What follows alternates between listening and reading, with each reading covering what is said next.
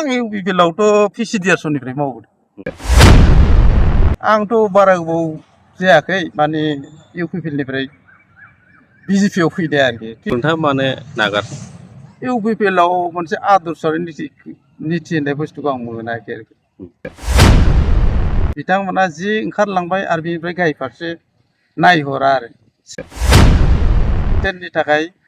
माने इउपिपिएलआ एसे गोबावाव दिनैसिम बेबायदि महराव फैदों बिथांमोना बेखौ साना आरोखि। माने गोजौथिं माने मा होनो बिदिखौ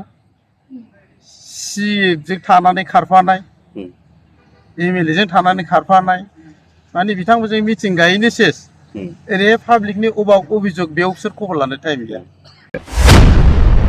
आंथ' बारा गोबाव जायाखै माने इउपिपिएलनिफ्राय बिजेपिआव फैदों आरोखि। नोंथाङा मानो नागार? इउपिपिएलआव मोनसे आदर्श आरो निथि होननाय बुस्थुखौ आं मोनाखै आरोखि। बिथांमोना जि ओंखारलांबाय आरो बेनिफ्राय गाहाय फारसे नायहरा आरो सोरनि थाखाय माने इउपिपिएलआ एसे गोबावाव दिनैसिम बेबायदि महराव फैदों बिथांमोना बेखौ साना आरोखि। माने गोजौथिं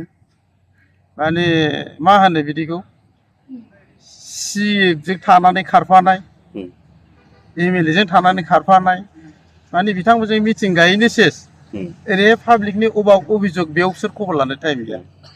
दा खालि बाखानायो बिसोर गावसोरनि एमफोरखौ ओमफ्राय सारा एथ' गोबाव थाबावनांगौ एथ' थाबावगोन बाखनायनानै आदाय ना मा खिन्थु मावनानै बे नोंसोर गाहायाव खामानि मावोसो बे सारा देरहाबावगोन बिथाङा अब्लासो थागोन बिथांनि मावा बिदिनो सिगाङाव बाखनायो आरो बेनिफ्राय गाहायाव फैनानै बिसोर खामानि मावफैया अब्ला रायजो राजाया बोरै जानो। सासे मानसिखौ दैनिकनि मिथिङाव नुयो अब्ला बे गामियाव फैखोना माखै बेलाय सानफ्रोमबो मिथिङाव बे होमबाथ' बे जेबो मावफैयाखै गाहायाव फैनानै आरो माने इउपिपिएलनि एमएलएआनो होन इएमआनो होन माने बिथांमोनहा बे सिस्टेमखौ मिथिया दे सासे मानसियाल' गावजों थाबाय थानांगौ दे बिथांमोना दि मारै सामलायनांगौ देशखौ बे गैया आरोखि। आंनि मथे बिथांमोना सोलाय सोलाय मानसिखौ लांनांगौ हो सोलाय सोलाय मेल मिथिङाव मानसिखौ लांनांगौ बे गैया बिथांमोनाव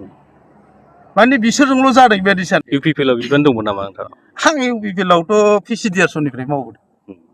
माने आं ओरैबायदि मावबोदों बिथांमोना खोनायोबा गाज्रि मोनगोन पिसिडिआर बै समाव खुनु सासे मानसियानो गैया बिनि सायाव थाखा फैसाबो गैया आंहा सोलिनो हायो आंनाव 47 बिगा साहा बागान दं आं हारसिं आंनाव गारि मथरबो दं थाखा फैसाबो दं बाक सक्ति दं आंनाव पाटगाव प्राइमारियाव आं बेबायदि मावबोदों इलेक्सनाव आं 1 लाख थाखा होदों 50,000खौ आं टिभिलाव होदों मानसिफोरनि सिगाङाव आरो 50,000खौ आं सानखादों बे फैसाया रिटार्न जानाय नङा आंनि मिसेस आंनि हिन्जावनि आखाइनिफ्राय लांनायाव निस्सय माइना माबा जागोन नंनानै आं बे मोननांग्रोदों आरोखि माने फैसाखौ बायसान्स सुख'आबा हिन्जाव मानसिनिफ्राय लाङोबा माने खायसे सेन्टिमेन्ट थायो नालाय बिसिनिसो फैसायाबा बिदि ओमफ्राय आंनि हिन्जावनि आखाइजों हरदों आरोखि फैसाया रिटार्न जायाखै बेबायदि ओमफ्राय भट इलेक्सनावथ' इउपिपिएल पिसिडिआरआव रायजो राजाया भट दान होदोंथ' जानाय लोंनाय गासिबो बहुद एकदमबारे दा जोबनायाव रायजो राजाफ्रा जेसेबां लुगैदों हास्थायदों बे गैया बेबायदि जाहैयाखिसै आरो बिथांमोना सिस्टेमजों सालायाखै आदर्श गैया निथि गैया जाय लिडारा उन्दुनाय थादों खेबसेबो नायाबो सोङाबो मा जादों साफ्रोमबोथ' खारनो हानाय टाइम गैया नाथाय गोसो सिङाव लुगैयो आंथ' माने लरेन्स बिथां एमएलएखौ ओरैबायदि नुवानो नोंसोर नुबाय आंना लामा गुदियाव आं आसा खालामबाय थादों बिथाङा सानसे आंनो थाइसे आपेल फिथाइ होफैगोन आरोखि बा गस्ला गिन्दि गांसे लाबोगोन जोंनोथ' जेबो नांखाया कन्ट्राक्टारबो मावा जोंहा दंखाजोबो आरोखि नांगौआनो गैया नाथाय मोनसे रिलेसनशिप मानसिनाव 10% मानसिया रिलेसनशिप लुगैयो फ्रेन्डशिप लुगैयो बिदिखौ जों मोनाखै आरोखि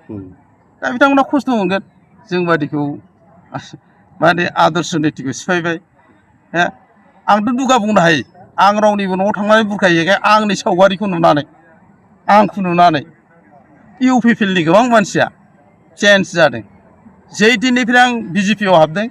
बे दिननिफ्राय ज्राव ज्राव सानफ्रोमबो नुदों आंथ' बुंखादों माने आंखौ नुनाय लोगो लोगो अनेक मानसिया फैगोन नंगौबो दा बेबादि नामा पलिटिक्सआव मानसिफोरखौबो नाहरग्रोयो सिङाव दुखु मोननाय दं नाथाय आवगायनो हाया बेबादिनो जेरैयाव आं आवगायबाय आंखौ नुनानै मानसिफ्रा फैयो बेदे रायजोफोर जाय पलिटिक्स खालामो अराय समबो आं बुजायहरो जों पलिटिसियान नंखाया नोंथांमोना मावथि न'खराव थानायखौ दानागार सुख दुख खबर लानायखौ दानागार नोंथांनिफ्राय जेबो मोनाबो जानो हागौ नाथाय फ्रेन्डशिप लाखि बे हले पलिटिक्सनि एकदम मा होनो बेखौ पलिटिक्स खालामनाय जानोबा बे नीतिखौ लाखि इउपिपिएलनि साफ्रोमबो बिपिएफनि साफ्रोमखौबो आं बुंहरबाय देरहाखांबानोदि नोंथांमोनखौ माने जों देग्लाय हागबाय बे नङा आयुआ गोलाव जोंना माने सानसे नांफैफिननांगौ जायो गतिके नोंथांमोना रिलेसन था